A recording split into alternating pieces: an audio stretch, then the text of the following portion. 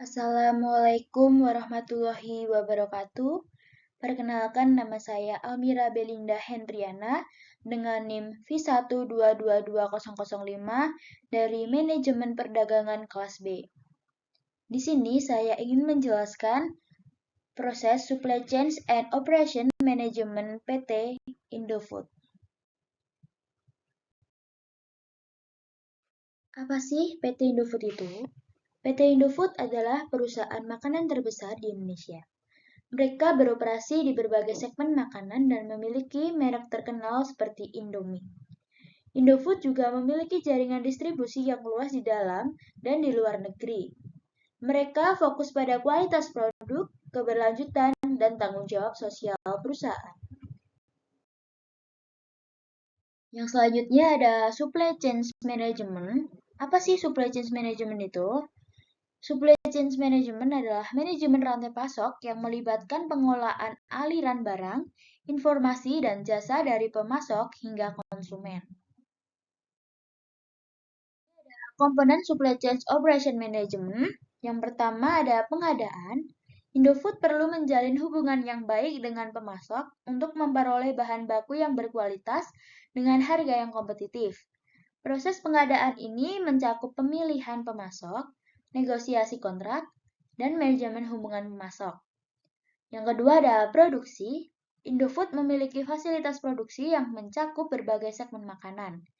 Dalam manajemen produksi ini, Indofood harus merencanakan kapasitas produksi, mengelola persediaan bahan baku, mengoptimalkan efisiensi produksi, dan menjaga kualitas produk. Yang ketiga ada distribusi logistik. Indofood memiliki jaringan distribusi yang luas untuk mengirimkan produk-produknya ke berbagai lokasi di Indonesia dan di luar negeri.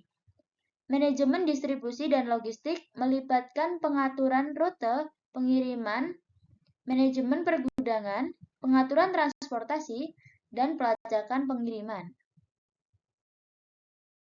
Keempat, ada pengelolaan persediaan. Manajemen persediaan merupakan aspek penting dalam SCM. Indofood perlu menjaga keseimbangan antara persediaan yang mencakup untuk memenuhi permintaan pasar dengan minimalkan biaya penyimpanan. Penggunaan sistem informasi yang canggih membantu dalam pemantauan dan pengendalian persediaan. Yang terakhir ada manajemen informasi. SCM juga melibatkan pertukaran informasi yang akurat dan tepat waktu antara berbagai pihak dalam rantai pasok. Indofood menggunakan teknologi informasi dan sistem yang terintegrasi untuk memfasilitasi komunikasi dan berbagai data yang efisien antara pemasok, produsen, distributor, dan pelanggan. Umpan balik supply chain management. Yang pertama, keterlambatan pengiriman dan pengiriman tidak tepat waktu, menyebabkan biaya dan kerugian untuk perusahaan dan pelanggan. Yang kedua, kualitas bahan baku atau produk akhir yang tidak memenuhi standar yang diharapkan, dapat mengurangi kepercayaan pelanggan dan mempengaruhi reputasi perusahaan. Yang ketiga ada inventaris yang tidak terkelola dengan baik dan persediaan yang berlebihan, menyebabkan biaya yang tidak perlu dan mengurangi efisiensi. Schedule dan logistik. PT Indofood Sukses Makmur melakukan penjadwalan produksi untuk memastikan efisiensi dan urutan kegiatan yang tepat.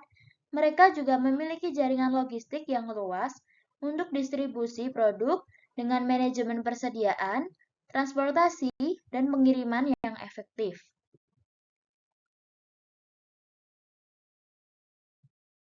Apa sih redesign? Di sini redesign dapat mencakup perubahan dalam desain produk, tata letak pabrik, aliran kerja, atau strategi bisnis secara keseluruhan.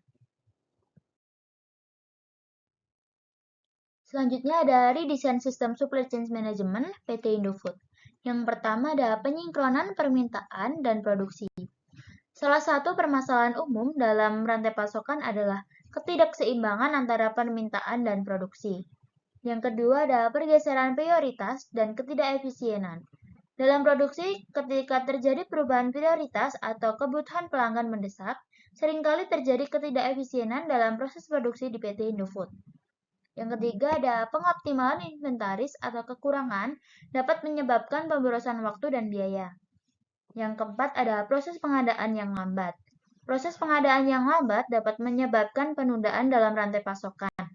PT Indofood dapat mengadopsi teknologi seperti e-procurement untuk mengoptimasi dan mempercepat proses pengadaan, termasuk pemilihan pemasok, negosiasi kontrak, dan pemesanan bahan baku. Yang selanjutnya ada waste time, redesign supply chain management, atau permasalahan waste time yang dapat dihindari dengan melakukan redesign proses supply chain management. Yang pertama, overproduction. Overproduction terjadi ketika produksi dilakukan di atas kebutuhan pelanggan. Yang kedua ada waktu tunggu. Waktu tunggu terjadi ketika ada jeda dalam aliran kerja karena proses tidak diatur dengan baik atau sumber daya tidak tersedia saat dibutuhkan. Selanjutnya ada transportasi yang tidak efisien. Transportasi yang tidak efisien terjadi ketika produk harus dipindahkan dari satu tempat ke tempat yang lain, tetapi tidak dilakukannya dengan cara yang paling efisien. Selanjutnya, inventaris yang berlebihan. Inventaris yang berlebihan terjadi ketika perusahaan menyimpan terlalu banyak stok bahan baku atau produk jadi yang tidak dibutuhkan.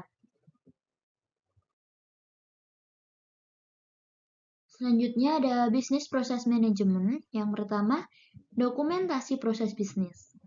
Langkah pertama dalam BPM adalah mengidentifikasi dan mendokumentasikan proses bisnis yang ada di perusahaan. Yang kedua ada analisis dan evaluasi proses bisnis.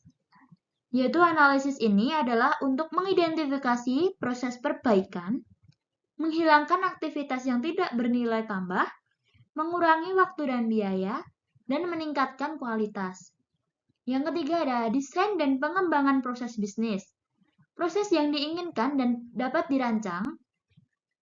Ini melibatkan pembuatan model proses bisnis yang lebih efisien, mengidentifikasi alur kerja yang lebih baik, memperbaiki kekurangan, dan mengoptimalkan penggunaan sumber daya. Yang selanjutnya ada model ERP. Yang pertama, identifikasi kebutuhan bisnis. Tentukan kebutuhan operasional perusahaan dan pilih sistem ERP yang sesuai. Yang kedua ada perancangan model ERP. Desain sistem ERP yang akan digunakan dan ditentukan bagaimana data akan ditangani. Yang ketiga ada implementasi sistem ERP. Install dan konfigurasi sistem ERP dan lakukan migrasi data. Yang keempat ada pelatihan pengguna. Lakukan pelatihan untuk pengguna sistem ERP agar mereka dapat menggunakan sistem dengan efektif. Yang keempat ada pengujian dan pengoptimalan. Uji sistem ERP secara berkala dan optimalkan penggunaannya untuk memastikan sistem berjalan dengan efektif dan efisien. Yang terakhir ada perbaikan berkelanjutan.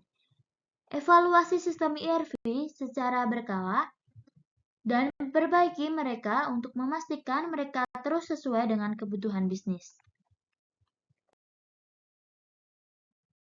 Yang selanjutnya ada model mass customization. Model ini akan memungkinkan PT Indofood untuk memenuhi kebutuhan pelanggan yang beragam dengan menawarkan produk yang disesuaikan dengan keinginan pelanggan. Proses mass customization akan melibatkan pelanggan dalam desain produk mereka, menghasilkan produk yang diinginkan pelanggan, dan meminimalkan kebutuhan akan inventaris yang besar.